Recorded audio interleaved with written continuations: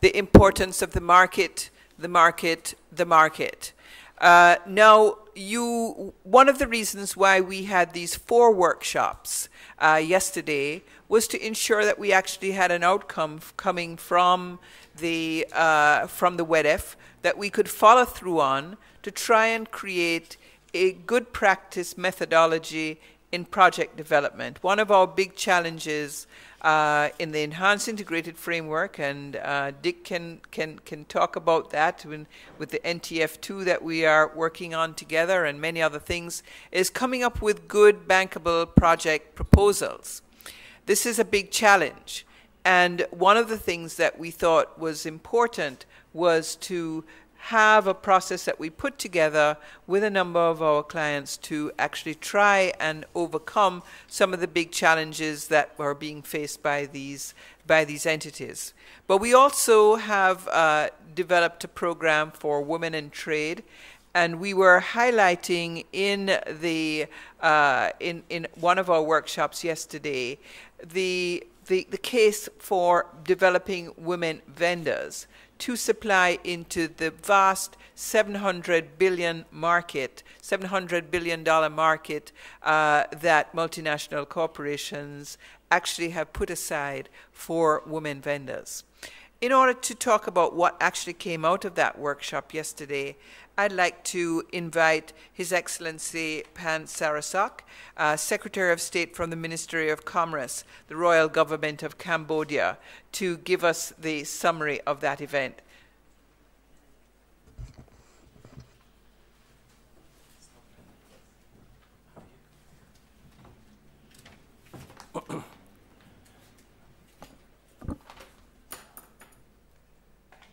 I think so. Thank you for inviting me again to give a report on the workshop number 3, Engaging Women Vendors in Tourism Value Change Impacting Human and Economic Development. The platform for actions on sourcing from women's vendors was launched at the WEDF in 2000 as an outcome of the Senior Executive Roundtable on Integrated Women into Global Value Change. We move the focus on particular sector, tourism, to explore what is being and could be done to link women in tourism to opportunities created through supplier diversity initiatives.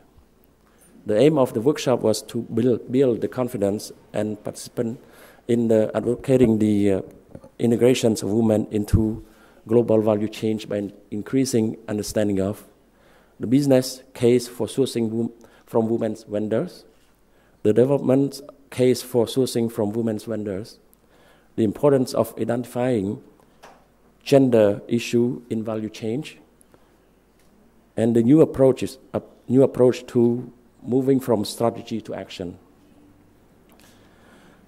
The main points of the discussions were, first, speaker presented solid evidence and facts that supported and confirmed that there is a business case for sourcing from women vendors. In fact, multinational companies around the world, such as Walmart, with an appropriate purchasing power of $700 billion US, have made sourcing from women's vendors in LDCs part of their standard operations. The panel concluded that the reason behind this were purely related to improving the productivity and profitability of the business and were a cornerstone of the buyer's firm's operational, commercial, reputational strategy. The business case is therefore not only in tourism but related sectors such as agriculture, etc. Marriott buys handicrafts and food from women's vendors, but now wants to buy buildings and comprehensive maintenance and catering services. Women are ready to compete and have outstanding entrepreneurial skills and manage to see what, where, and others do not, particularly related to creativity, service provisions, and quality of work. Second main point, The panel highlighted a strong development case for sourcing from women's vendors in the tourism industries as well as in other industries such as agriculture and manufacturing. In fact, the LDC's women represent 80% of agriculture employment and 72% of agri-processing workforce. This is from the UN Women Statistics.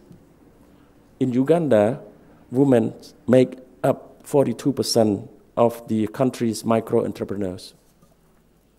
The third point the panel discussed was about speakers explained that the main gender-specific issues at the value chain integration and linkage level were first related to the fact that women's perspectives, challenges, and priorities were often different and were not captured or factor into the equation. Moreover, in LDCs, women were often constrained and unable to participate in decision-making at all levels of the value chain. In particular, it was said that there was no gender sensitivity in policy-making, business operations, smallholder level integration, and resource mobilization, and most importantly, at the development programs design and implementation. Other operations constraints in the value chain were linked to the above.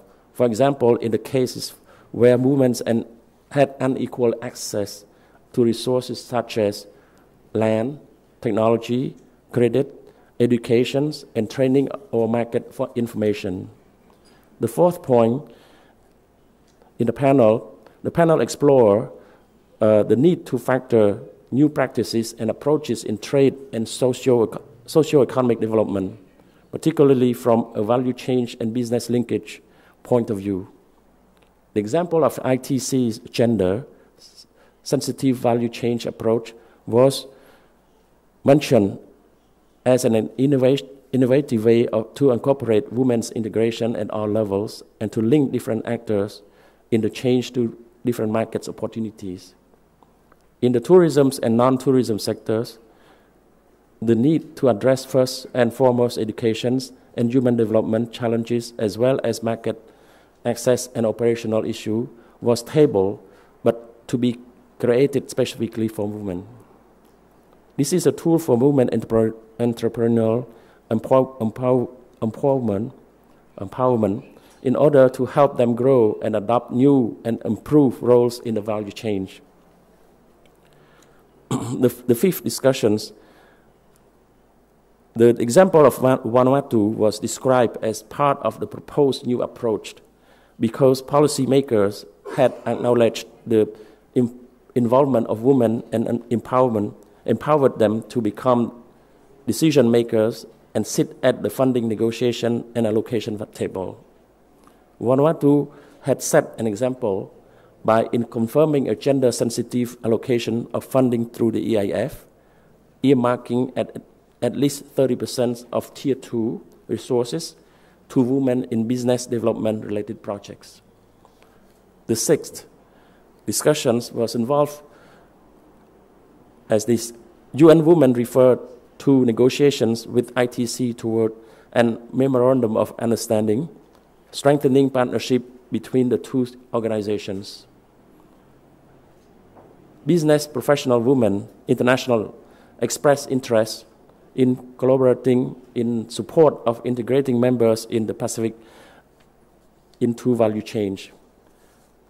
This concludes my report on the workshop, and I would wish you best of luck, because I need to go now to another commitment that I have to do. Thank you.